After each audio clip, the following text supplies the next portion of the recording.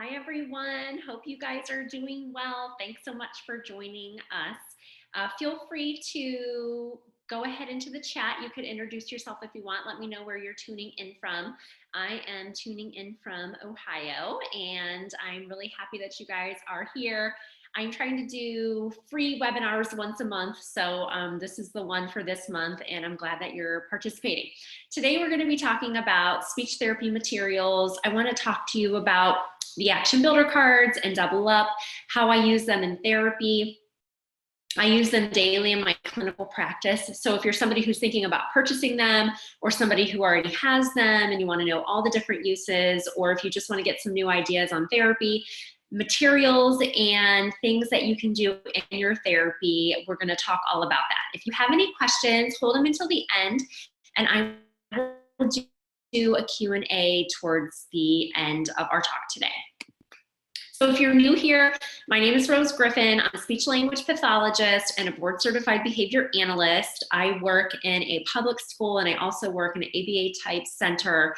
And I'm also the founder of ABA Speech, which is a blog. We're an ASHA-approved CE provider, and I always try to make lots of free resources that are helpful for speech language pathologists and any parents and other professionals in the behavioral world as well.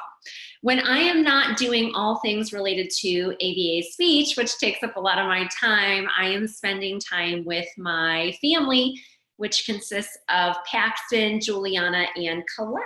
So everything keeps me super, super busy, but I love doing all those different types of things. I love working with students of all different ages, all different needs, but I really do love specializing in helping students with autism, and especially students who are really hard to help. That's always where my passion has lied.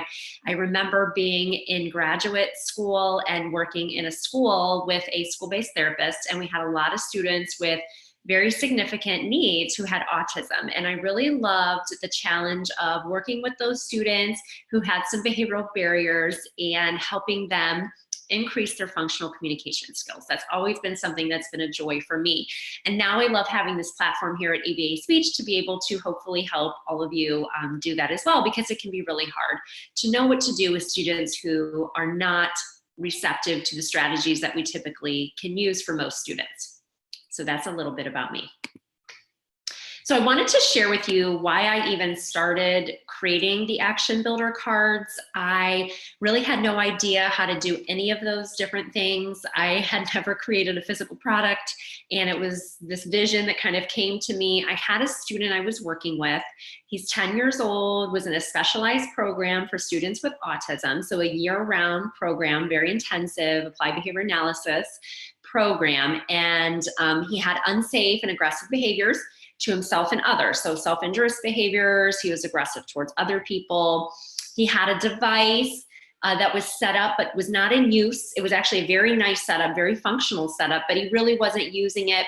So he came to us at about 10, and the only way that he had to communicate was this very complex repertoire of maladaptive behavior that's really a barrier to him accessing the community, accessing a least restrictive environment like a public school, accessing even larger open areas of the ABA type school that I was in. And so he was staffed with 2 adults to 1 student due to his very unsafe behaviors. And this was a student that I was working with and worked with for about 3 years. So when I first met him, we worked, we obviously did an assessment. We created goals, and the whole first year of his IEP, we really worked on him requesting things that he wanted and needed. We worked on some receptive identification. We worked on him taking care of his device, and really he understood the power of that device. He started to request things that he needed. He was able to orient around to his environment, and we did see a decrease in his behavior. And so these are the progression of his functional targets and kind of what started my brain thinking about creating the action builder cards. We worked on receptive item ID, so noun ID. We worked on expressive item identification, where he was labeling different things. This is in kind of year 2, we started working on labeling. We worked on receptive action ID, so, of preferred actions, who's running, who's on their iPad, things that he kind of liked, we try to use as motivation. We worked on expressive action ID, so having him label different things that were happening in pictures or his natural environment. And then we started to work on expressive phrase construction. And this student was very savvy with his device. It was like when we started working with him and everything was very systematic and I was working on it, the classroom staff was working on it. We had a very narrow focus on what we were working on with our student. We really saw his communication flourish, and it was amazing. And these are the cases I love to talk about because it was amazing to see that systematic approach really help the student have some autonomy in his life, to have some dignity in his life, because he was able to use his device. He was able to tell us things. He was able to navigate his environment in a more safe way after implementing all this very structured, intensive instruction for him. And so one of the things we started working on is he was able to label nouns, he was able to label actions. Then we started systematically putting together those previously mastered nouns, those previously mastered actions, and we started phrase construction. So it was a very systematic language program that he was working on. So he could do pizza and he could do eating. So we did eating pizza, eating chip, eating cookie. Now, these are not the healthiest things in the world, but these are things that the student loved and enjoyed. And a lot of the times when I work with students with more complex needs, I work with things that are preferred for them. So if I'm going to start working on labeling with a student who has significant impairments, I want to make sure that the labeling is going to be functional for them. Yes, they should know what a spoon is, they should know what a toothbrush is, but they're not going to be motivated potentially at the beginning when they're working on that target. So I want to make sure that we're working on things that are functional for their life at the time. And so this is what was functional for the student. Then playing ball, playing game, playing piano, things the student enjoyed that were preferred items. And so we started that way, where we were expressively doing the nouns, the actions, and then putting those nouns and actions together into phrases and doing phrase construction. And so all this time, I was making a lot of pictures, and staff, they were making a lot of pictures too, using Google Images, because we know that we want to plan for generalization. And so I would always have the staff make, and if I was doing it too, I was sharing that workload, I would have them make at least 3 examples of eating pizza. So when we were working on just labeling pizza, there were 3 examples of pizza, because we want to plan for generalization. We want to use multiple exemplars. We want to show this is pizza that has pepperoni, but this is pizza that has maybe something weird on it, like ham or pineapple. I don't know if it's weird to me. And this is pizza that just has cheese. These are all pizza. Even though they look a little different, that's okay. We want you to understand that this is pizza with cheese, this is pizza with pepperoni, and this is pizza with maybe ham on it or something like that. So I was making sure that we had that built-in plan for generalization, and that everybody who was making any type of picture cards understood that. And needless to say, that takes a lot of time. And so in my brain, I was looking for something that I could purchase out in the marketplace, and I really couldn't find anything that was out there that had these different examples. So if I wanted to teach a student eating, and I wanted them to know, like, hey, eating means more than eating an apple. It can mean eating pizza, eating ice cream, eating maybe some type of vegetable, that those things are there. Well, I couldn't find that. I couldn't buy it anywhere prefabbed, because I'm all about automating life and making it easier too. But it just wasn't out there. And I thought, if I'm making, and the people I work with are making all these Google image cards, I really think that it would be so helpful if I could just make a set of cards where we're planning for generalization, because we already have multiple examples of functional actions and functional nouns put together. And so that is how the action builder cards were born. That's what gave me the idea for it, that particular student, and just how I've always systematically taught language. It's just kind of something that was in my brain. And so there's lots of different examples of common actions. There's 100 total cards in the box. This is what the box looks like. It's green, if you guys have it.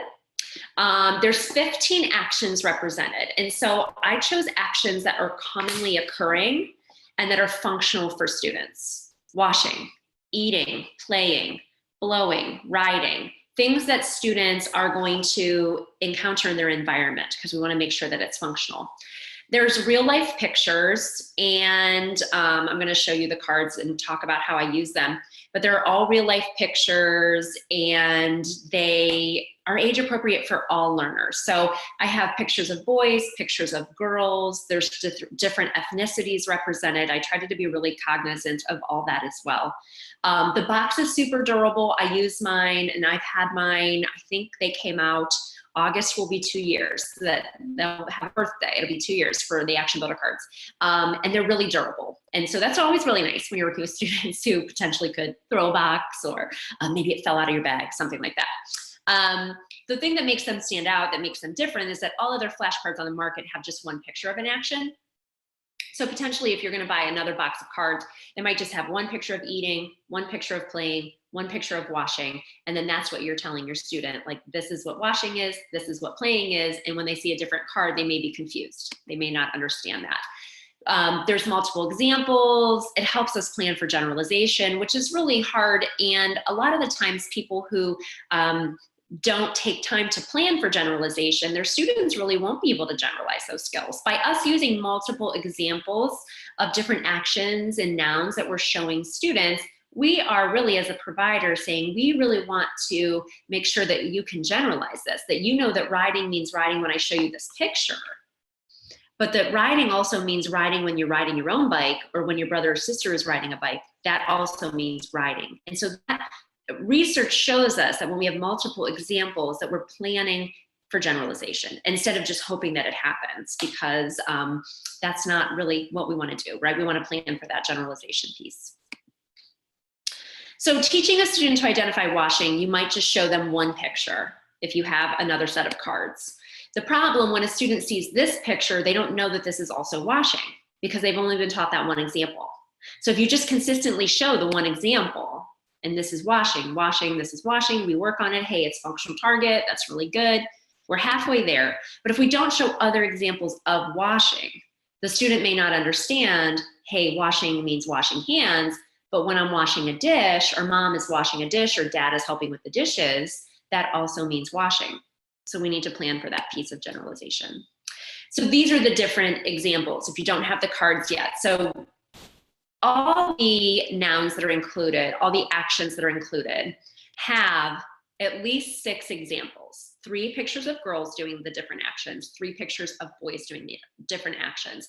The only cards that have more than 6 examples are eating and playing, because there's so many different times that we would talk about eating and playing, and it's more frequently occurring in our language, especially for students who are just acquiring verbal language, because those are things they do. They eat, they play, we talk about that. And so here you can see the progression: washing hands, washing dish, washing hair. They all mean washing, and you can work on the different nouns as well. You could ask questions, you know, what is she washing in the first one? What is she washing? What is she washing? Whatever your student is working on, you can make it functional and applicable with these cards. So it helps us build a bridge. Student works on these examples, the different examples we have laid out in therapy, and then when they're reading a book with their parent, they're gonna have a better chance of understanding that that picture down there, that she's washing the dish. Because if we've given them exposure to it and we've on purpose systematically planned for them to understand that those different things mean washing, that when that just comes up in the natural environment, our student is going to have had different embedded opportunities within their intervention. They're going to have a better chance of understanding, oh, this means washing as well. We've worked on that, I remember that. So these are different ways that I like to use the Action Builder cards, and I would love to know if there's other ways that you use them as well. So labeling actions. So you could have the student, if they're at the point that they're labeling actions, you could say, what is she doing? What is she doing in this picture? And they would use the label, okay, the action. The other thing about the Action Builder cards, if you don't have them, is they have really nice guiding text on the back. So I think these have implications too. If you have other people working with your students, like staff, you could say, okay, we're just up here and this says riding. So it says riding, bike, riding a bike, the girl is riding a bike, she is riding a bike. And so this is nice too if you have students who maybe are having trouble creating grammatically correct sentences, but can use a visual. I've done that as well, that they could use the visual and then you could potentially fade that visual till they make a sentence on their own as well. So it's a really nice application for it as well. So you could use it for labeling actions. You can use it for labeling nouns. pointing to this and having the student label bike, or pointing to this and having the student label horse. There are a lot of different nouns that are represented too, so you could use them in that fashion as well. You could also use it where you're putting out a couple different cards, and let's say that you put out 3 cards, and you want the student to identify riding. And so you put out the riding bike, playing tennis, and blowing. And then you'd say, where's riding? Touch riding. So that would be a receptive ID of actions. And so that's nice too, as a way for students to build their vocabulary, to build a repertoire of understanding different action words. That's another way. Or you could do it with using nouns. You could have all the different people who are riding, and you could say, where's horse? Or give me bike. And so that would be another way to build up a repertoire of nouns. And that's good too for functional vocabulary use. I also use it for phrase construction, like we talked about with my student who I worked with. And so we would say, what is she doing in this picture? Riding bike. What is he doing in this picture? Playing tennis. And that's a really nice way to get a phrase construction. Or if you want to do sentence generation, usually, and I try to teach loosely, I don't always say the same things to students. So I might say, what's happening in this picture? What's happening would be a way for the student to know, okay, I'm going to use a sentence here. Or you could say, tell me a sentence about this picture. You're going to know your learner and what your learner is receptive to. We always talk about that, kind of teach loosely. So we don't want to say the same thing every single time we show the same picture to get a sentence. So some days I may say, tell me a sentence about what's happening there. That might be too much language for a student. I may say, what's happening in this picture? Or I might say, what's happening? And the student gives me a sentence about that. Sometimes I've had students who are readers but have trouble generating a sentence. So I may use the back of the card. It's kind of hard to see, but the sentence is back there. Or I might have an index card that says the sentence, and then I may fade that visual. Or I may put that sentence on index cards. One index card says she, the next says is, and then riding, and then up, and then bike. And maybe I systematically fade those visuals. Maybe the student eventually just needs she. What's happening? You have the she out, she is riding a bike. Great. Okay, then we take it, the next session, we take it away, and what's happening? She is riding a bike. They make it all on their own. Whatever's gonna work for your learner, and we're not gonna talk about data today, but we take a lot of data, right, when we're in sessions. And then sorting by gender, I've had that too for students who, students with autism, that's hard. It's really hard for them, right? So she, he, having them just sort, put with boy, put with girl, match boy, match girl, so they're understanding it's different. Pronoun use can be really hard too for students. And then another way that I've been using them and really hadn't even worked on those would you rather questions. I really love that because it's almost like there's a built-in prompt. And the one that I always use here in Ohio, because this is very Ohio if you're tuning in from Ohio, is would you rather build a sandcastle or a snowman? So those would you rather questions, and these cards lend themselves to a lot of that. Would you rather build a sandcastle or a snowman? What's nice is it gives you a built-in visual prompt. So let's say that you have a student who knows the labels of these and can answer the question easier by having them shown, which is fine. So I do that a lot in a mixed group. So I might have would you rather Halloween questions. Would you rather, if you're allowed to talk about that in your school, I know not every school does that. Would you rather fall questions? Would you rather spring questions? Some of those I put up my blog for free at ABA Speech too, you can check that out.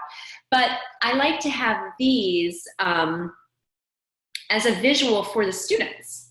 And then some students may not need that visual and maybe you could take them away for that student. But then the student, maybe I ask student A answers, and then I say, oh, I wonder what so-and-so would rather build. And then these could be the visual that prompt them to ask the student. It's all gonna be dependent on your student's language level, but I really like those are fun for that too. So those are some ways that I use the action builder cards when I'm doing therapy. Okay, and then let's watch this. Let me see here. Let's watch this. Oh, okay, Susan, thanks for joining us, Susan. Susan said, I've used your cards to teach negation. Show the one who is not riding. See, that's great. I don't have a lot of kids at that language level, but that's another really great way, right? Show one person that's writing and two that aren't, or maybe two that are writing and one that's not. Which one is not writing? That's a great idea. So thanks for sharing that. Okay, this is, I don't know if I want to show this video. I feel like I explained all this really well. This is just a video that I was going to show about the action builder cards and about generalization, but I feel like we went over that so thoroughly that I'm not going to share that. So I do have a YouTube channel called ABA Speech. I have video models on there. That particular video is on there. It's all about generalization, but I feel like I went over that so thoroughly and in depth that I'm not gonna make you watch it. Okay, I'm just gonna keep going here. Okay, so keeping things fun and functional. The next thing I wanted to talk about is Double Up. Double Up is the other product that is our newer product.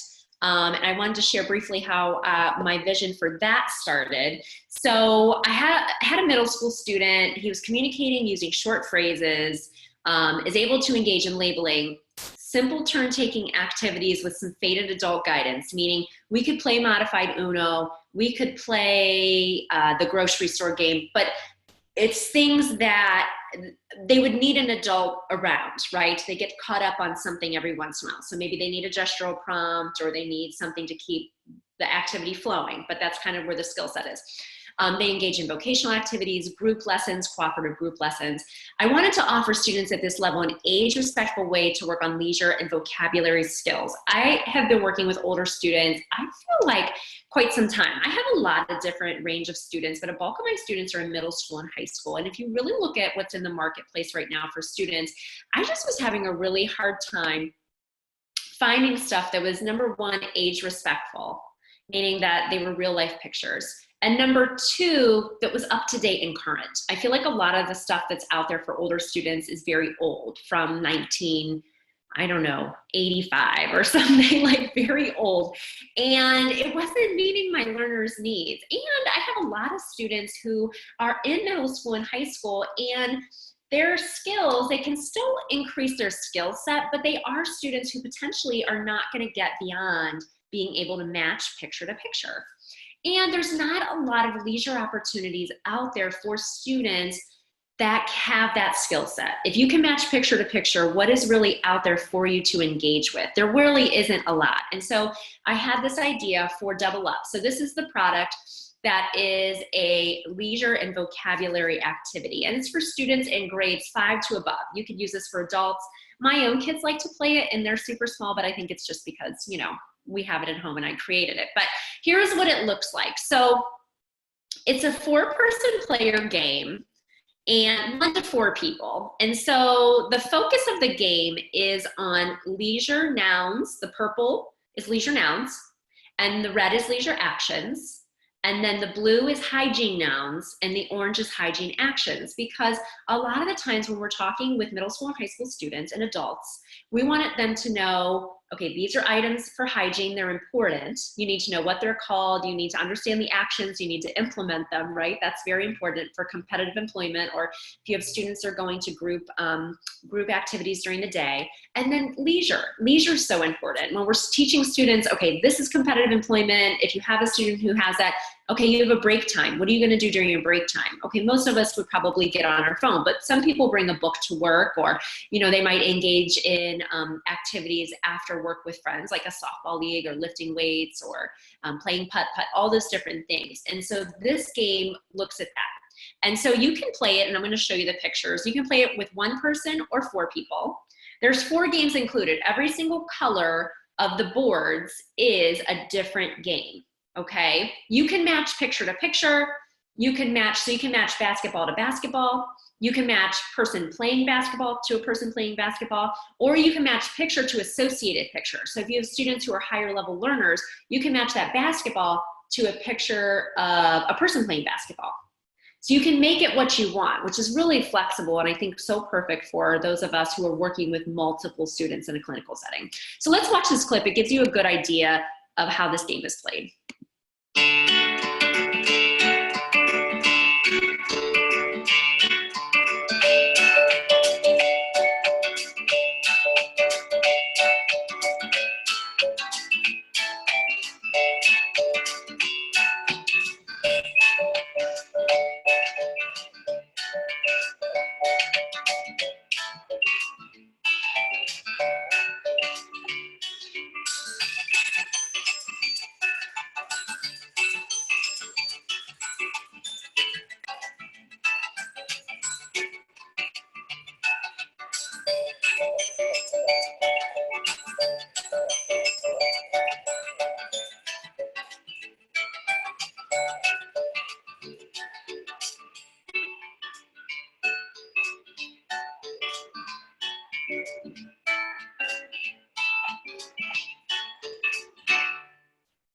So that's a little snippet of that game in action. And that video is also on my ABA Speech YouTube channel.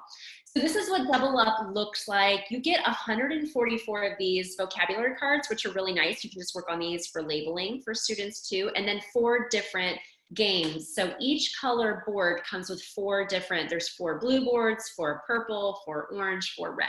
And so it's a really nice way to be able to engage like in leisure with your students with functional topics. So this is what the hygiene items look like, hygiene nouns. We know that that's very important for our students. This is an example of the hygiene actions. So every action has a noun that's correlated with it. So every hygiene noun has a hygiene action that goes together.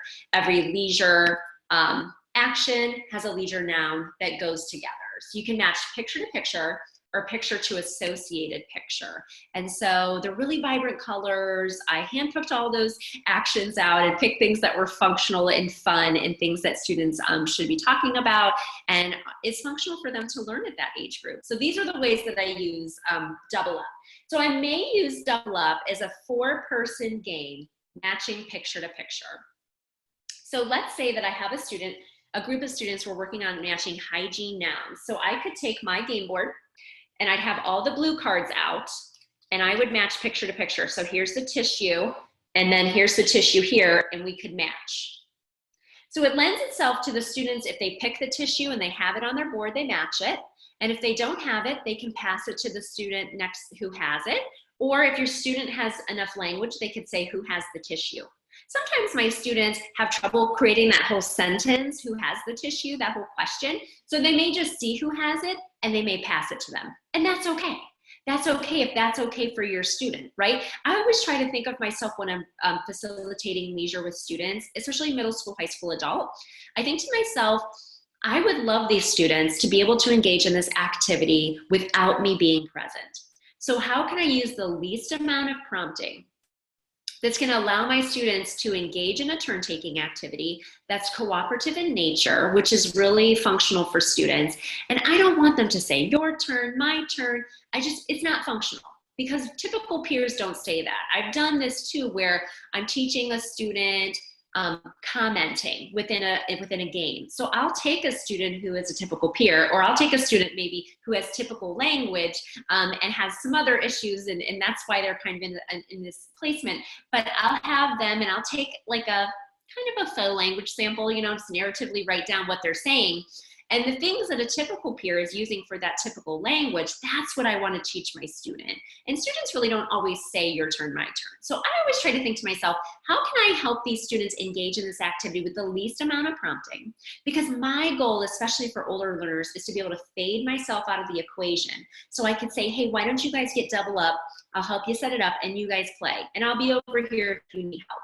Now, I know that's not going to be the case for everybody, but that's always kind of my vision. How can I help them play, but how can I provide the least amount of prompting? How can I fade myself out of the equation? Okay, so you can match picture to picture, or if you have students who are able to match by association, you could have the orange boards, which are the actions, and you could use the blue cards. And so every noun correlates with an action. So if you get tissue, you can match it to this man blowing his nose, okay? It depends on the level of your student. So we also have the same for leisure. If I have the picture of the book and I want to match picture to picture, I can use the purple cards. I get the book, I match it. I could also use the red cards and I could have the book and match to the person reading a book. So it's all dependent on who you're working with that day. I think that's why it's a really nice flexible activity. Or sometimes what I'll do is I'll do a one-person game where I might have one student and maybe they're working on some of these different labels, and then we will go through and we'll have just the purple cards out and we'll match what we find, and we'll talk about the different words, and maybe we'll put them in a sentence or we'll answer questions about them. So if I have one student in therapy, sometimes that is what we work on as well. Another thing that I've done for students is, let's say that I have a small group of students and I think they have a shorter level of engagement. So they're not gonna be able to play this game for 20 minutes. Maybe they're gonna play it for 8, okay? Because I've taken data and I know that that's about their engagement level. What I'll do is I'll have one game board and I will go through and I will hand select these cards. It takes 30 seconds to pick out these cards. So I know that every single time somebody in the group picks a card, they're gonna be able to match it. So, you know, Joe picks a card, he matches it. Quinn picks a card, they match it. So there's no downtime. There's no, oh, we don't have this one. This one's not on the game, right? Some kids can play a game like that, and that's great. If a kid can tolerate that kind of transition, that kind of wait, that's what we all want for everybody. But we know, at least I have kids on my caseload that can't wait like that. And so I'll just hand pick these cards from the blue bin and I will have them play it. And that's a really nice way to work on leisure as well, functional leisure, because it's things that we should be talking about with older students. Another thing that's really cool that I've had some teachers do is use these as an independent workstation. So you have the one card, and then maybe in that baggie, you have just the pictures that match here. And you could even put this in a sheet protector and put Velcro on the sheet protector. However you want to use the cards, you know, that's up to you. And then the student would go through and match it, and that would be part of an independent workstation, and they would be working on that independently. Another thing that you can do with Double Up that I really am excited about is that you could use it as a family activity, because a lot of the times what happens when, especially when you have students who are older, your children, if they're your own children, if you're tuning in and you're a parent, or if you're just a therapist and you're working with older students, a lot of the times, I have 3 kids of my own, you know, we do tons of stuff together. But when you think about our families who have older students who have more severe disabilities, sometimes there's not a lot of things that they can do shared activities together. And this is definitely something that parents can feel good about, because it's something that's engaging. You're working on social reciprocity with turn taking. It's a group activity. They could do it with their siblings. And it's something that's just easy. It's already made. You can just pull it out, and it could be something that they do together. And it's a really nice shared family time. That's something that parents, I think, can feel really isolated, because there's not always things that they can do that are fun and functional with their own kids. So that's something that I'm proud of too, that when people tell me that they've played that at home,